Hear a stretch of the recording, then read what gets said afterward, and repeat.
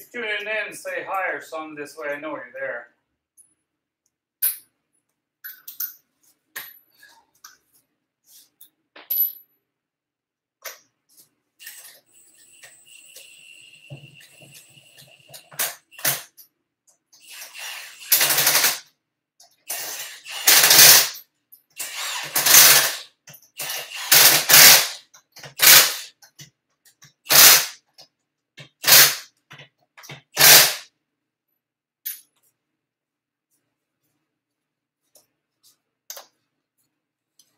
I wonder if we have anybody here. Nobody. 1, 2, 1, 2.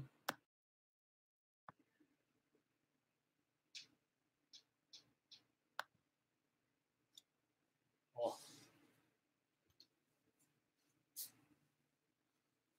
They say try to do live.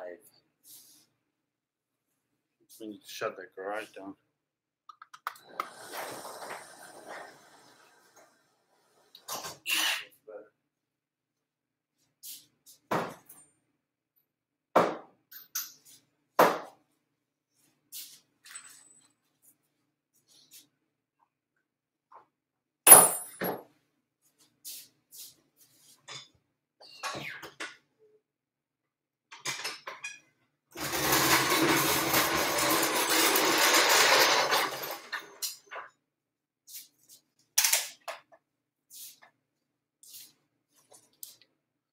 Hey, brother.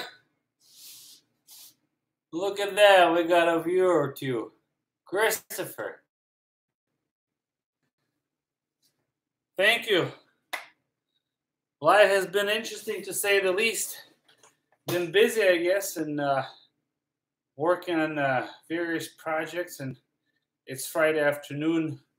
Well, I guess Friday evening, 5:16 p.m. I figured out tune in and go live. Seems like a lot of people lately doing that. Some of the viewers were like, hey, can you do live? Anybody online there listening, whatnot, can you tell me if the audio's coming in good or what? Radio check. Working in a Jeep slowly. Had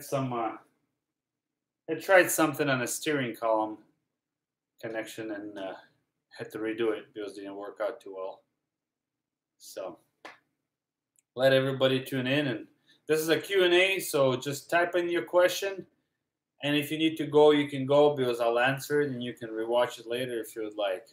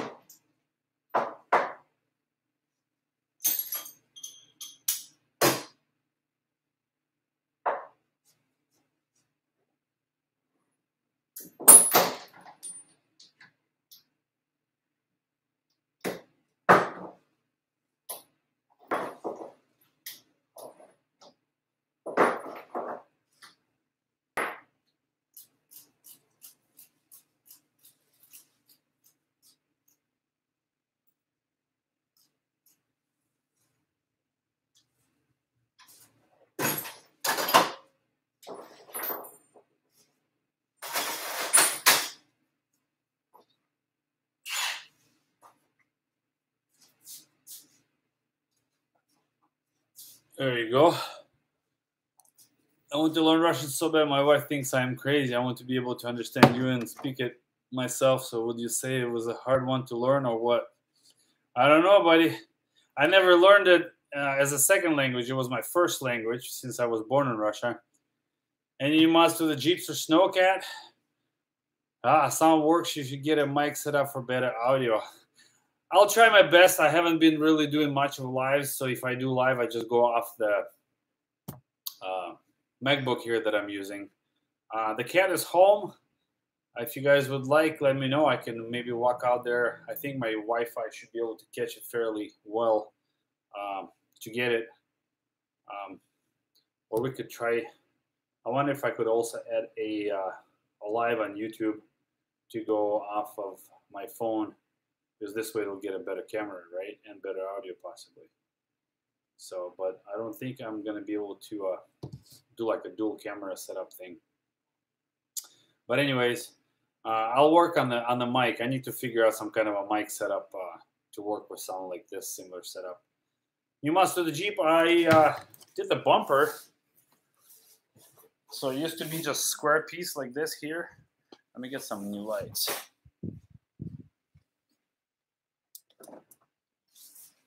A buddy of mine, Steve, he runs a company called Lumen 8. So he had this light that he gifted me with. It's magnetic, right? Rechargeable USB, LED, 2 modes, and then has a SOS mode, I think, or something like that.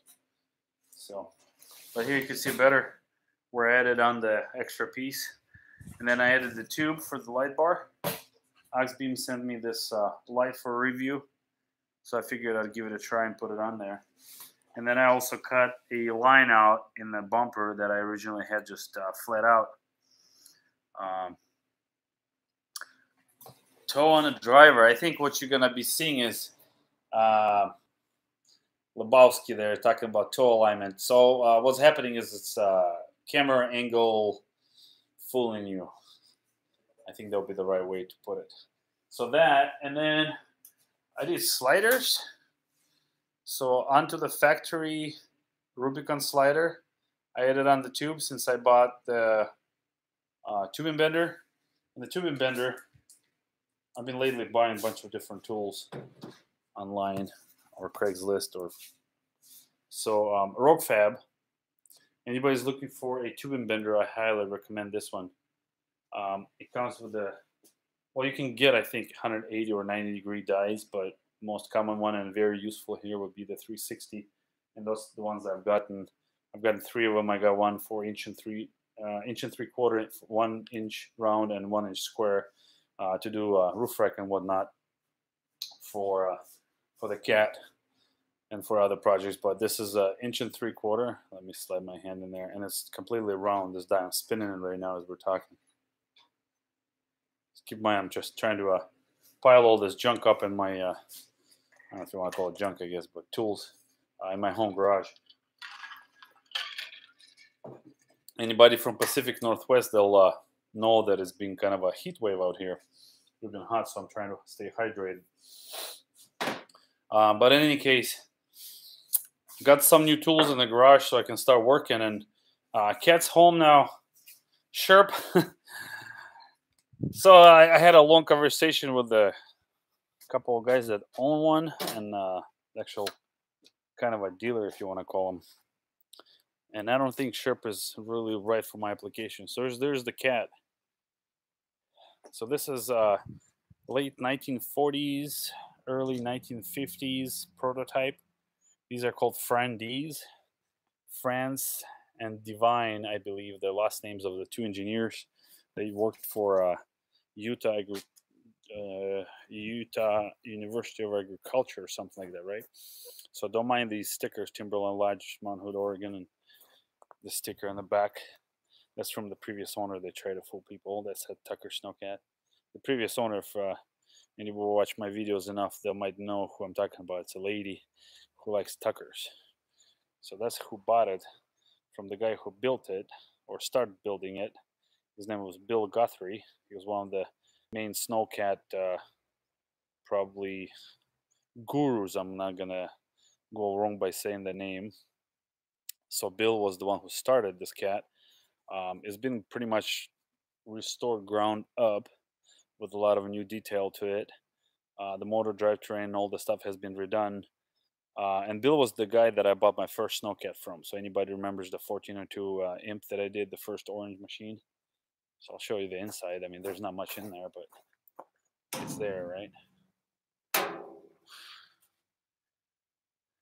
And those who follow all the interesting stuff on the windy on these, so this is a original 1920s Ford Model T cowl. The hood's been redone a little bit. But there's the motor under there, and that's a Ford 258 inline 6. I don't know if anybody's seen it, but I already did a little I think it was on Instagram. If you're not following me on Instagram, you should click and it's not subscribe. I think it's follow on Instagram, right? But that's the thing on there, though. Nice job on the bumper. You know, you always talk about importance of the weight balance. How much do you think you added? And those will be nice for those rocks, whatnot you find under the snow, for sure. Yes, importance of the weight in the snow. Snow is a total different subject. For those who are watching, there's a good chance in a couple of spools of aluminum wire and so maybe weld an aluminum bumper for myself. At least try, right? Maybe put it in production. So rear axis. So this is just a shell of the cat.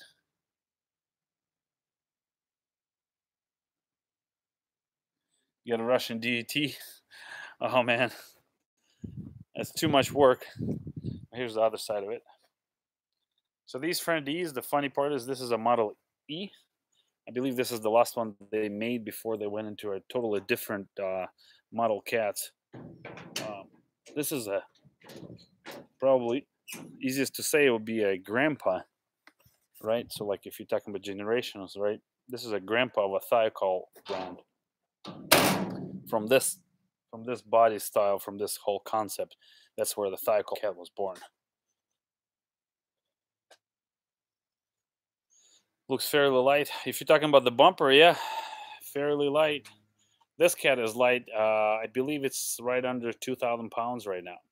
So the interesting part is, as you see, it's basically 1-ton axle up in the front, and then there's a 1-ton axle up in the back, and it's all driven with a transfer case. I don't know if you guys can see. Let me get my screen lit up. So there's a transfer case right there, right? That's a fuel cell back here. Now this is the original setup, how they had it done. So basically the concept is that you do, it's a steel brake steer, but it's technically 4-wheel drive on total of 8 wheels. The tires or the wheels in the middle, they're called idler wheels, so they're just free spun, right? Like a trailer tire kind of thing set up, right? There's no suspension of any kind. It's just straight up wheels welded. Where did I get the shirt, dude? This shirt is like 15 years old. So the tires are, the spindles from the tires are welded on right there to the frame. Can you see how old the shirt is? See, it's ripped up. This is my old shirt. And so there's no suspension here. So when the braking happens, actually being drum brakes, the left side gets, you know, connected to the same brake line, and then right side connected to the brake line. So that's how you steer. For anybody having that question, because it's usually a common question. And it's a 3-speed manual transmission with these brakes, masters and slaves. I think these are masters, right? And then the slaves on the actual axles or whatever. Not much of a heater. Heater's right there somewhere hiding. And we'll have to figure it out. It's an open diff system, correct? I'm not sure if the locker would be a worthwhile thing to entertain, because with locker you'll get a straight up 4-wheel drive, but the way it's set up is no matter what, you're always gonna have one of the tracks spinning. So I guess you could have where the tires are slipping inside of the track for whatever reason, either the loose track or uh, maybe just a little slicky like iced up or something. Because I mean it is metal grousers that you're turning, but it's pretty cool. So I'm gonna open up the rear side windows a little bit, right there. I'm gonna make them same level as the door, and instead of having the two, like a small one and a big one in the back, I'm gonna make one big one, and then the rear door is gonna get a whole window right here, because when you're backing up, you know what's going on. So the door part gotta get the window. And I might open these up a little bit too, but that's pretty much the story on the cat here. Anybody tuning in? Good Friday to you. Hope everybody's having a good Friday afternoon. On the cat, I just gotta finish up a couple of minor things and then start finishing up the interior. Right now, main thing is to get the tracks built and put together. So, what do you guys think for an interesting project to support the Snowcat project? So these are the grousers. These are the metal pieces that the cat track will ride on, or the tires will ride on, right? Start painting them a little bit. So they're sandwiched between a trying to get the lighting better. They're sandwiched between the wood and the rubber, and this is the original wood.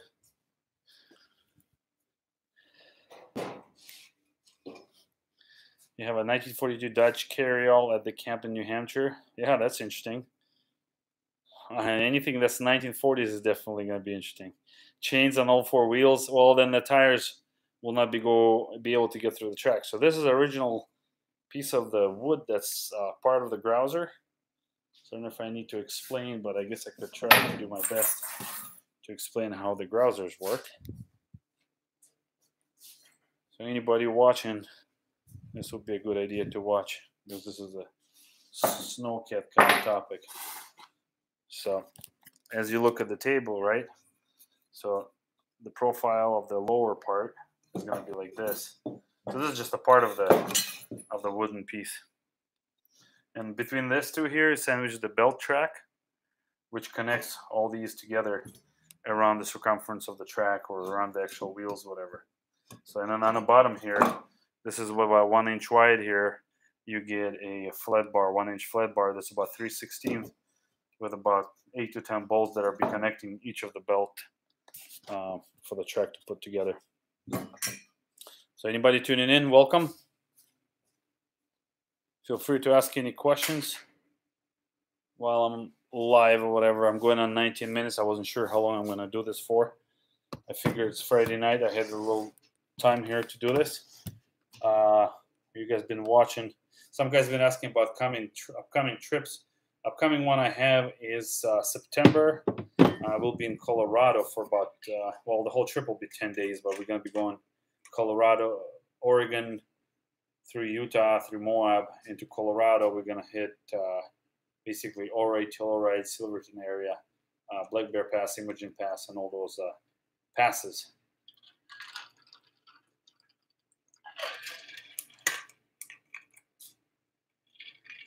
So that's pretty much wraps it up. I don't know what most people are up to today. Bored? Anybody have any kind of questions on any gear? Feel free to ask. This will be a good question.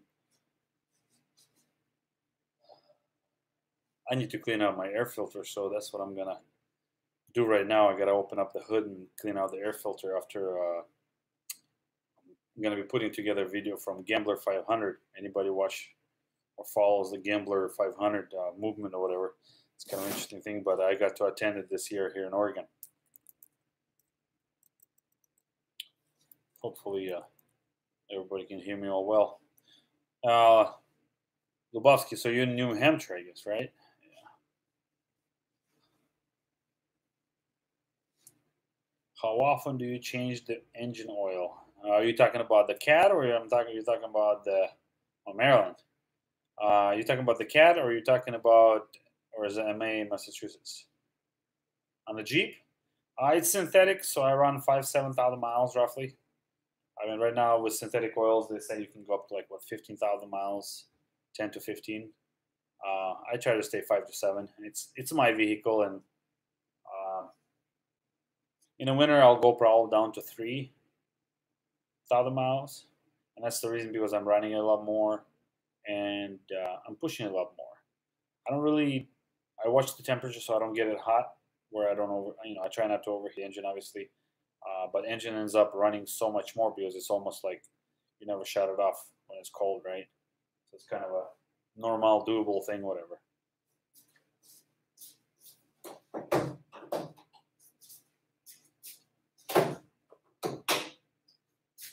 I'm thinking of selling the Jeep. What do you guys think?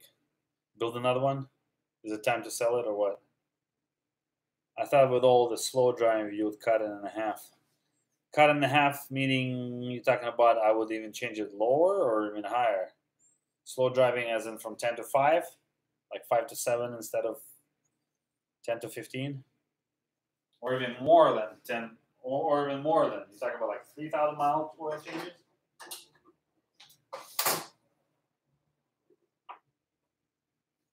But more or less, you have to look at the fact we're gonna talk about uh, life monitor, whatever you want to call it. I'm not even sure. I'm not used to all this electronics, and if it was up to me, honestly, I would probably get rid of this Jeep and build another LJ like the one I had before. I like a little bit less electronics, and it's telling me what to do, what not to do, kind of, and controlling all this stuff. I like to be able to control the drivetrain and tire spin and everything on my own. But what's nice about this one, having the traction control, so it'll brake assist when you kind of come in the corners or whatever. And if you start skidding or sliding, whatever, definitely that system does help. So don't get me wrong, I'm not trying to diss it. Maybe for a lot of newcomers or new Jeepers, it's a good way to do it. Can't wait for the snow wheeling videos. You got me hooked. Well, I can't wait for the snow myself, but it's a good thing to just go out and do it, right? Four-wheel steer for the Jeep. It will be for something for like a trailer princess, probably. I don't really see myself because this is my daily driver. Keep in mind that I get this thing go up to like going to Canada, driving around town. I mean, I daily to work every day. Granted that I'm not far from work. I'm like 3 to 5 minutes probably drive. I mean, just a short couple of miles or so from work. But still, I mean, I drive this rig, and my wife drives it, and I go coastal or I drive out, another 80 miles out to the mountains, whatever, before I hit the trail, whatever. It's nice to have the comfort.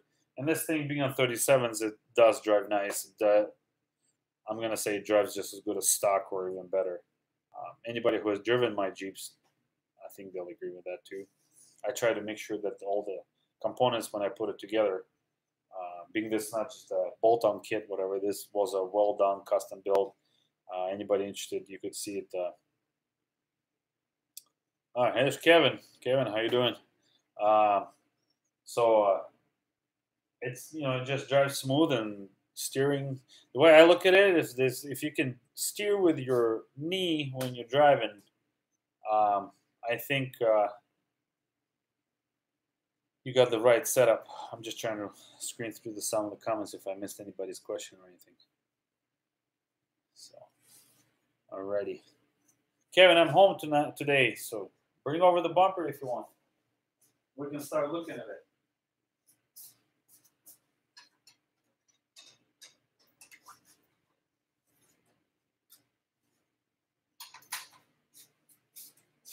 As I mentioned earlier, I'm just working on my rig. When are you coming to Montana so we can tear the snow up? Oh, I would love to come to Montana, but it'll be probably during summertime because I want to explore it a little more. As far as snow, I know that snow in Montana is different from Oregon. Since you guys have it a little bit colder, in my understanding, because it reminds me of North Dakota snow probably more. So it's not as packed as the snow that would be packed like in Oregon. And it would be kind of nice, but it's a far drive. For Montana, if I had somebody who would give me a good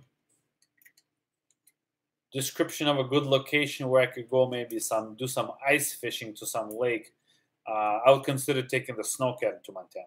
That would be interesting. But as far as driving up to Montana to just snow wheel,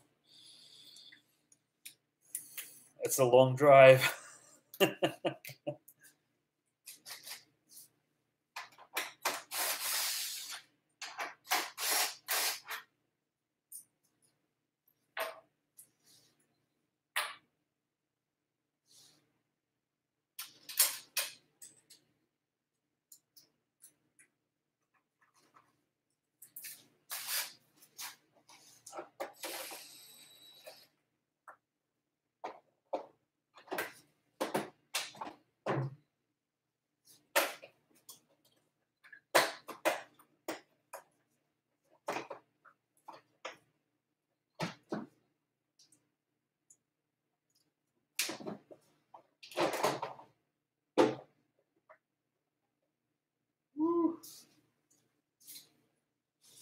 That's one dirty filter. I think when I'm done doing this live, I'm just gonna run out to auto parts store and get a new one. Yeah, our snow sucks. I need you to teach me the ways 10 lakes within 10 miles of my house, just south of Libby. Yes, Kevin, that is correct. You want to do that first. You want to set it up first before you start mounting it up or whatever. I mean, you want to mount it up, make sure it fits and gets done right, whatever. Well, I'm not going to say Montana snow sucks.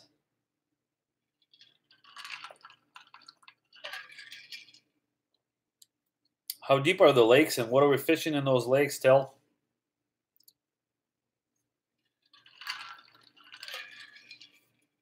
Ten lakes within 10 miles. That would be a nice snowcat ride. And what's the elevation over there? And how cold are we talking about? Good ice pack? Go ahead and comment on that.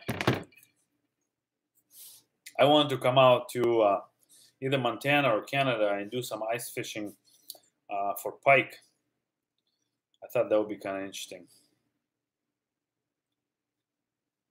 Hey, for anybody that's tuning in fresh, this is just a Q&A Friday night. You know, BS about anything and everything. Feel free to ask your questions. Stuart, what's up, buddy? Hey, thanks for spelling my name right.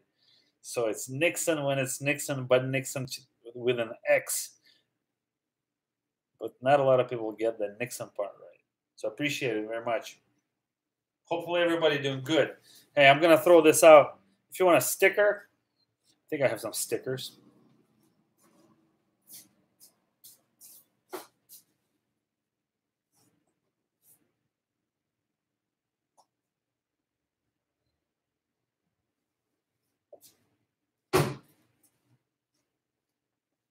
If you give me your address, I'll send you some stickers. Free. Just for being a good sport. I mean, you guys out here spending your time.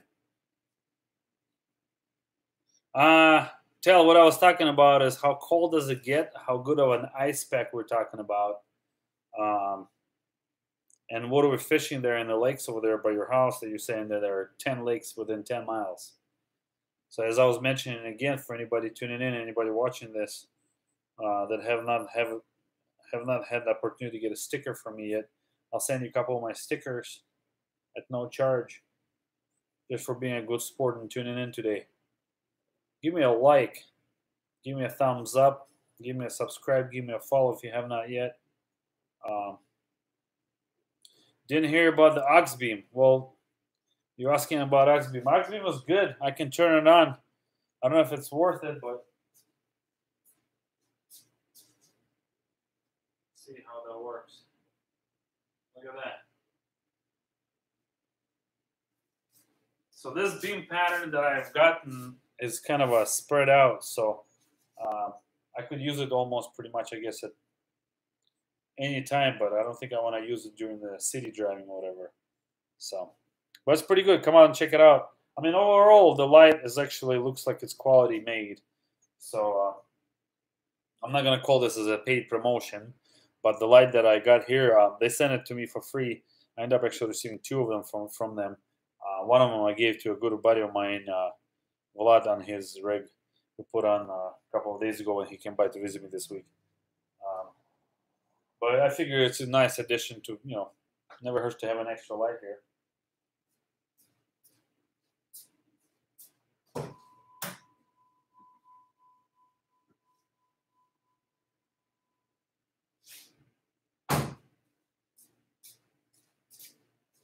So as I mentioned, if you want some stickers, if you find a way to contact me and get me your address, I'll get you a sticker. 30 below is about the coldest it gets on average, is around 0. So several feet of ice, lots of bass, salmon, lake trout. Like for a sticker. Sweet, thank you, Peter.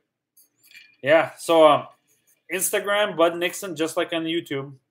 You can direct message me your address, and I'll do my best to send you within a week's time. I'll mail you a sticker or two.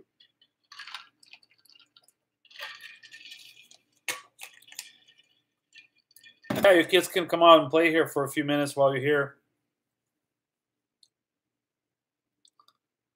Awesome. Yeah. But for Tell, I don't know if you're able to hear me right now or not, but we'll be going to Montana. I mean, if it's not like a crazy drive and I can organize a small group of guys to join me, I'm always up for it. I mean, it's definitely interesting to always explore new places. So, like I said, find a way to send me your address. Because right now, I believe Instagram has turned off the ability. Not Instagram, sorry. YouTube has turned off the ability to do direct messaging to whoever that holds the account. Like, you can't message me directly unless it's just like a comment. But you can do it through. Hey Clayton, how you doing? Michigan. So it's 6 o'clock. So it's 9 o'clock. I guess you guys are almost getting ready for bed. So everybody's tuning in.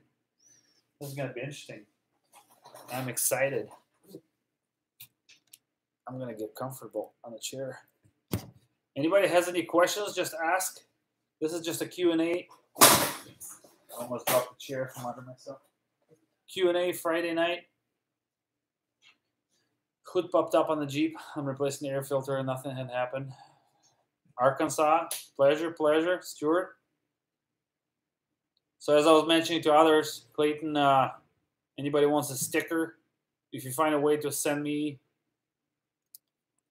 your information, now you can, I believe you can contact me through my website as well at nixonoverland.com. You can try that as well. That's another way to contact me, I believe, is from the website. Also on Facebook, Nikson Overland. I'm tired 37-inch.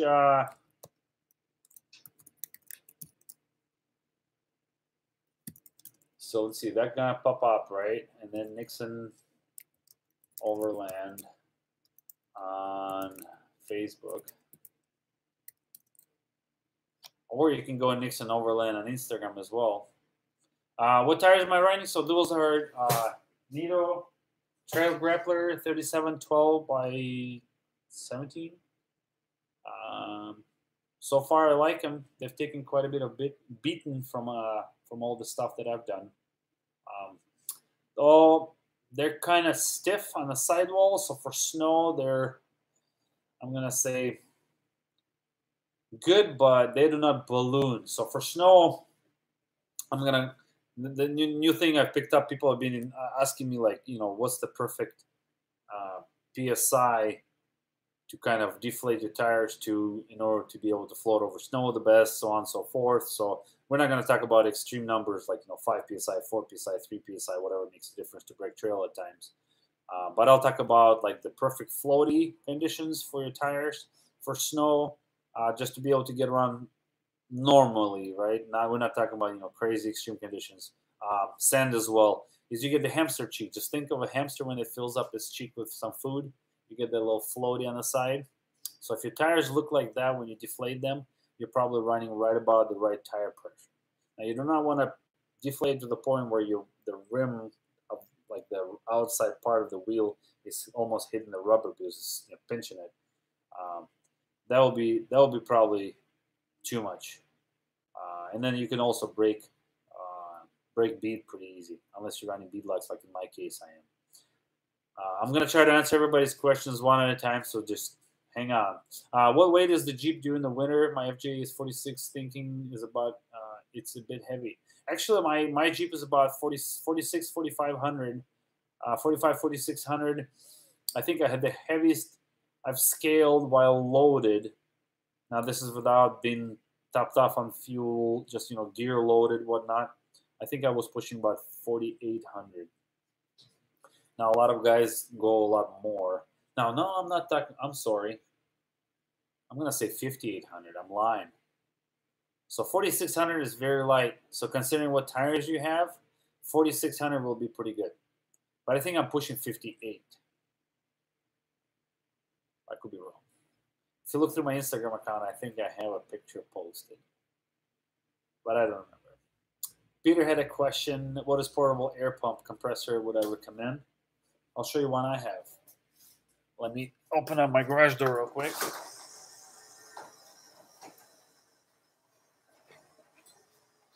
I'll be right back.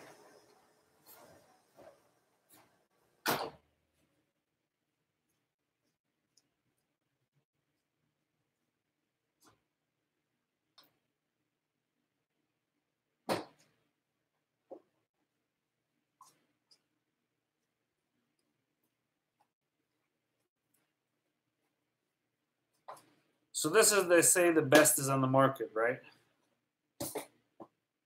No, I did not buy it because they were just saying that this is the best on the market. And I'm going to try to do my best to get the camera going right.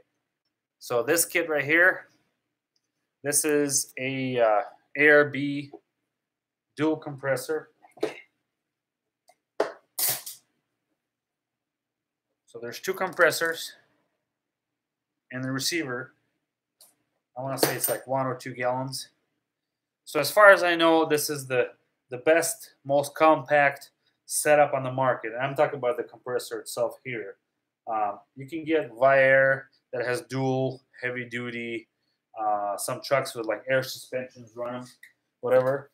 But what I liked about this kit specifically is that I can carry it with me on any vehicle I go, because a lot of times it's either my family SUV that I take, which is Sequoia, or I take the Jeep, so I can swap between the two vehicles. Just throw it in the trunk, done. If I ever sell the Jeep, you know what? My compressor stays with me. You're not losing money on the selling. It came with a hose with the air gun nozzle thingy, whatever. And overall, the kit itself is pretty nice. I mean, very, very, very comfortable. And if I'm not mistaken, about 3 to 4 minutes to fill up my tire from 5 psi to 35. And this is considering it's a 37. Now I do run my engine while I'm airing up, because you can tell the difference when the engine's off, when the engine's on the battery, how much power the compressor is getting. This compressor does draw quite a bit of juice. But that's the one that I would recommend if you want to get, like, the best in the market per se. Now keep in mind that I do sell this stuff. If you want to get one, I can get you, because I am a trans-American wholesale dealer. Basically, stop the camera. Basically, anything that 4-wheel parts sells, I'm able to get. So if you go to 4wheelparts.com website, anything that they offer on their website and their catalog, that's something that I can get myself as well. And that will be a good way. Viair is a good compressor. There's a brand called Slime, which you can buy at AutoZone or some other auto parts stores. Believe it or not, I had one on one of my first Jeeps. It ran for probably 2 years that I've had it. It worked fine. It's hecka slow. But hey, it did your job, if you're not in a rush. A lot of times when I'm done with it, with the trail or whatever, I just want to air up and head home. I don't want to sit around there for an hour airing up, whatever, especially when you're running big tires like this. Now, if you're running on something smaller, 31-inch tire, you know, and you don't deflate to 5 psi, you stay at, you know, 20 psi, you know, 15 psi range, for example, then you don't need to have a big compressor and you have extra time. Just don't have to run a big one. Air is good. Any other ones? Smitty built. I believe that most of air compressors, that they're similar looking nowadays. What you're gonna find out is they're all probably made at the same factory. They just have a different brand sticker into them. So there's really no point of choosing. I guess it's just about price. I mean, crap, if you get a $50 compressor and it gives up on you, what's the worst going to happen? You're going to have to, drive your rig where all the tires are deflated to the next gas station. I mean, that might be the case. What do you think about Max's creepy crawler? Are you talking about the tires? I'll have to look that up. I really don't have an opinion on that because I've never had them. Max's.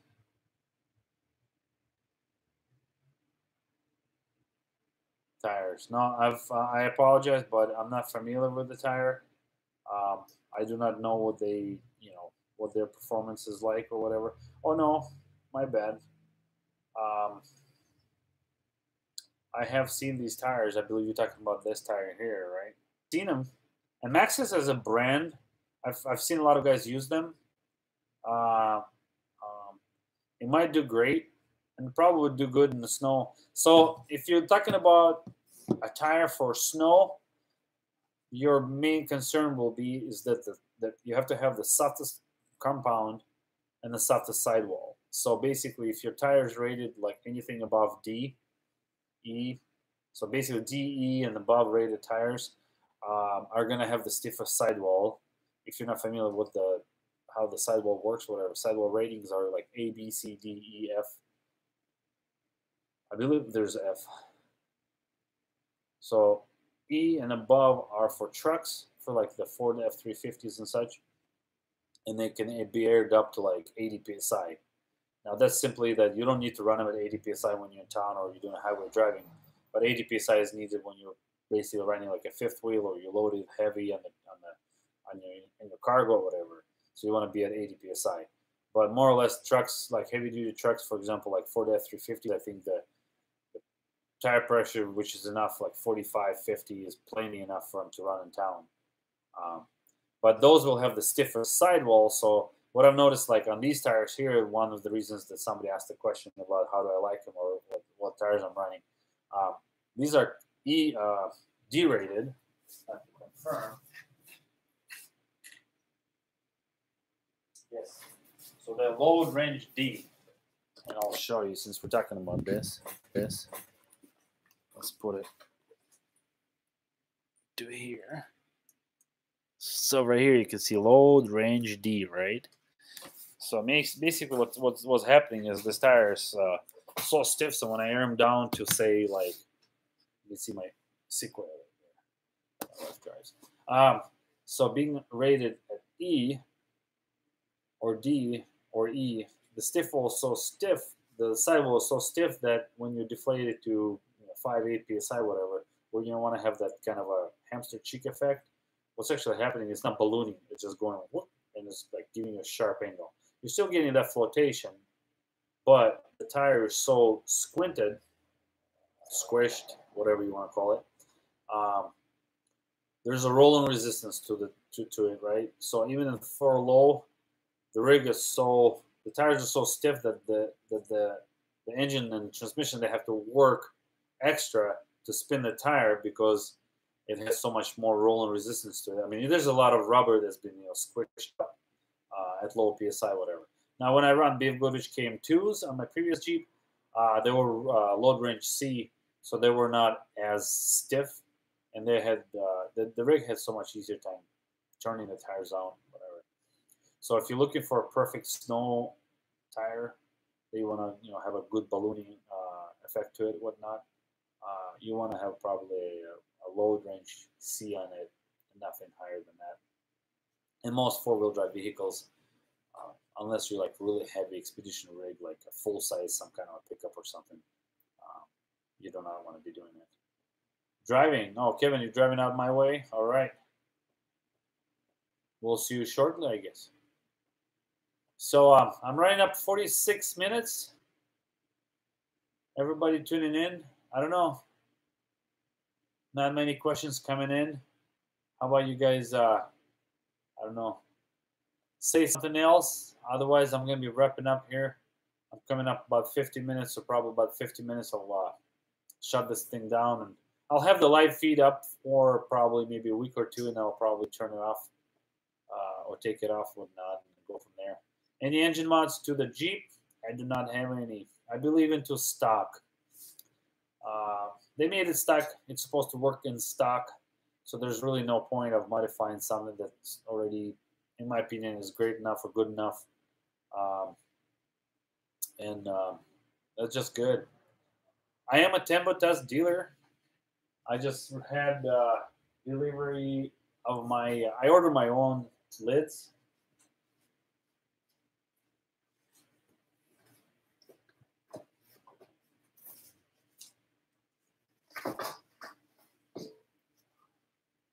So if you order a Tembo Test from me, you can get a lid like this, which will have a Nikson Overland badge on it, whatever, engraved. And I can engrave it, custom engrave it to your specifications, so I can put like Johnny is a jackass or something, you know. But so these are the lids that usually size came in, and my most recent order I'm doing, I got these big ones. So I don't know if you guys can tell the difference. So the big one will actually cover the whole thing up. But I love the Tembo Task. I take it on every trip I go, and it does a great job. If you don't buy it from me, you buy it from anybody else, it don't matter. But do buy it. Get it with a windshield. I suggest the windshield. Table, if you can afford one, buy one. If you can't afford one, just build one of your own. I end up making my own ones that I engrave, whatnot, that I send out, whatever. But Tembo does a great job.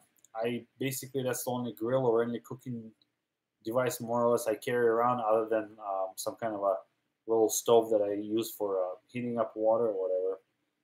Unless it's an extensive camp where I have more space to put something, like I'll put an extra stove on the side that I can make soup in or something. That's about different. But more or less, Tembo Tusk burner you can utilize, as a cooking utensil as well.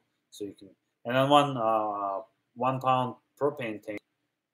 I've cooked for roughly about 4 days, so it does pretty good. It's definitely worth the buck, I think. Man, you'll cook some good looking food. I try. I mean, it's all it is. Just throw some salt, throw some pepper, some veggies and meats, and hey, when you got perfect looking outdoors, right? Everything that tastes good. It doesn't take much. Do I disable electronic stability control on your Jeep? Do I? So I just go by whatever factory. So when you click in a 4-wheel drive, it will disable certain things, but there are certain options that it still keeps enabled, right? As far as I understand, there's a way to disable it where you have to turn the ignition key, I think, certain amount of times or something, and then crank the steering wheel like clockwise one way, counterclockwise another way, and that will give you ability to turn it off. I have not tried that. I don't really see it as a worthwhile thing to do or whatever. But no, so far it does good. Don't get me wrong, as far as electronics and all the things that the Jeep does or whatever. I mean, I'm not complaining about it having whatever electronics, but it is what it is. So hey guys, I just hit 50 minutes. I'm gonna let you all go. Kevin just arrived, so we'll be talking about his bumper here and there, whatever, a little bit. And he got kids, so we're gonna shut this off so we're not getting too annoying for you guys. So hey, thanks for everybody tuning in. Comment below, and we'll go from there. Cheers. Don't forget about the stickers.